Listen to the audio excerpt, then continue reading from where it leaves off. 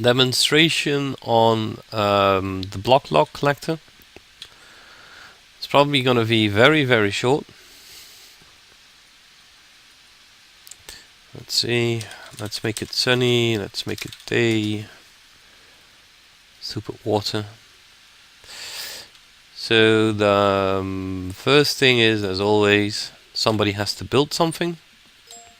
Happy building, happy building, happy building. Yay. Now how far this will actually go, I have no clue. So we'll see if it has modded items in or not. So this is our default starter home with a default chest. And I keep my very precious stone shovel inside of it. So now I how's the lag? I've got you laying spruce woodlock planks just now. Yeah, same here. Pretty bad for me. Yeah, there's a lot of delay. and No, but Twitch always has delay. right, so I walk around the house, and now I'm no longer the builder, I'm the griever. I come in here and the first thing I do is put myself to survival mode. Yeah, this will work, by the way. Don't worry about the delay. This is still going to work. I put half of it on fire. You can see the messages there. It's already sending out warning messages like cruel, use the lighter. Now this is not burning because the grief prevention, the new one by the way, which gives green markers for admin claims, doesn't allow you to burn.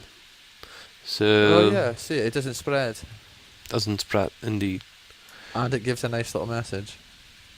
So now I break the block. Now this is my claim, so that is why it's working through the grief prevention. I can use the wooden, let's see, I first go to the console, I type in Prism wand I to enable it. So well, since I already had it enabled, it says it's disabled. So I do it again and it says enabled. Now if I use a wooden stick, I think this is overriding. Right, if I use the wooden stick on something else that's not a claim, then I would get some more information.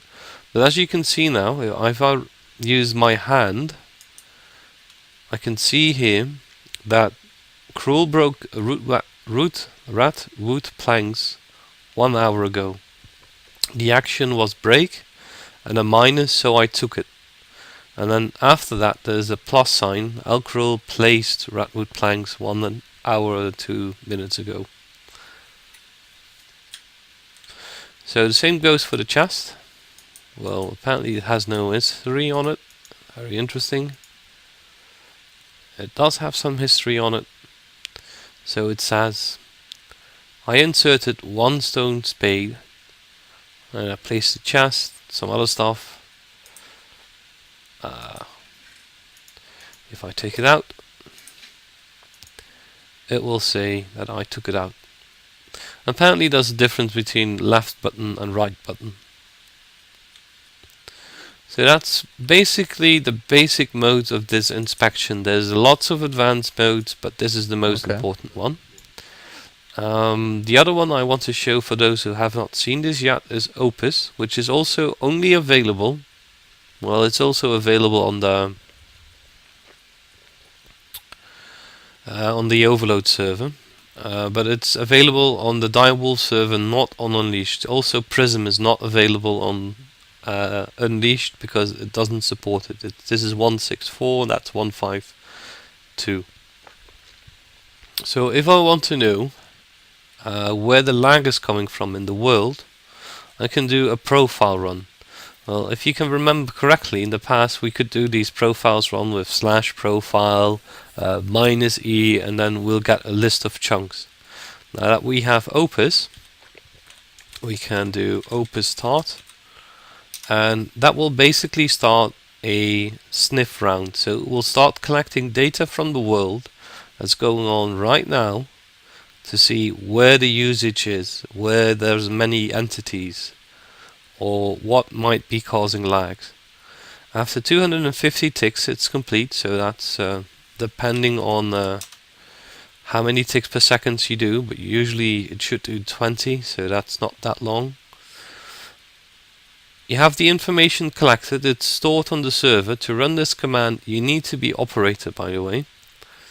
You press on the M button and there is a big map. On the map, let's put it to default mode. On the map I can just look around, see what's there. Well, this map doesn't have that much, so I can just see me in the little house I built for the starter place with the help of that. And I have some features I can use here. The first one I can use is the help one, which shows you what commands I can do. This is not really that important for the Opis as a profiler, but could be useful to just use it as a map. Then I have the options. If you click this one, you have some options for the map. Has nothing to do with Opis, is the map writer, so nothing of interest. Then there is the dimension, which basically allows you to use your mouse scroll mouse wheel, the scroll wheel, and you can go through several dimensions. Well, as you might know, the dimension 0 is always the overworld or the world, and then depending on what dimension the map has, it can go to the nether, the end, private worlds, all kinds of sorts of things. Well, then the group, I've never used that one before, so it's always on all for me. And then the most important one is this last one, it's the overlay. If you use the mouse to scroll through this, you can get information about the chunks in the world. So you can see all the little boxes here are chunks. If I click on a chunk,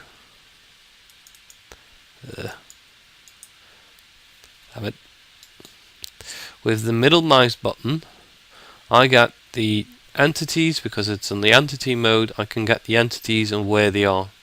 If I then left click on the entity, I am teleported to it. These seem very busy. So I'll go to the overworld again, just do top, and well, looking from the map you can see that there's a few skeletons beneath the ground, so that's very handy if there's a spawner somewhere. What you That's also awesome. see is that there's colors. The light blues mean that relatively these are not that very used chunks, so there's not that many entities in them. The more rat they are, the worse it gets, so probably you want to look for the rat ones. And you can zoom out and you can basically see the whole map, so you can still see these little boxes where it got the information from. Now this is not real-time information. This was made and gathered during the last Opus start you did. That's something you have to remind yourself of. What you also have is the mean time. If I understand this correctly, this will show you the time it used for the processor to do something. So, for example, here again, there's a monster spawner, and it's using update time. And if it's actually above a certain value, then it's bad. So basically, look for high values.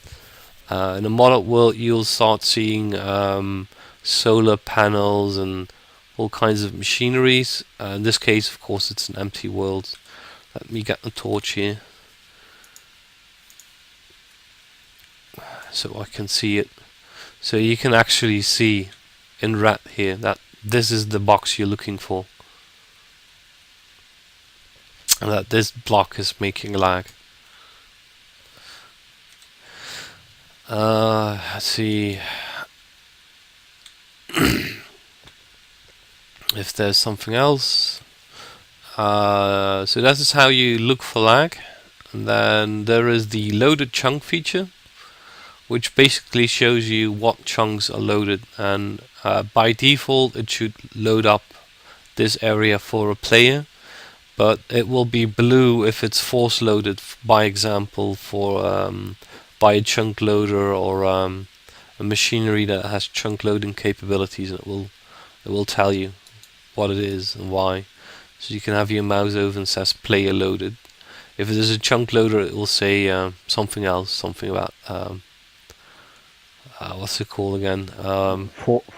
Force loaded and play loaded, I think it is. Yeah, that's it. The slime one, There's I do not know, but maybe Yap that can tell something about that. It's which you have chunks that have a chance of slime spawning. Okay. Well, The slime chunks. apparently. Slime doesn't stay everywhere. There are specific chunks that they spawn in. Or swamps. Swamps as well. Yeah. It's really useful actually. Yeah, it is. it This is is insane. awesome. It is crazy. I feel sorry for anybody who griefs on the server. Yeah, really. You did this. No, I didn't. You fucking did, pal. You're gone. See you later. And especially that from you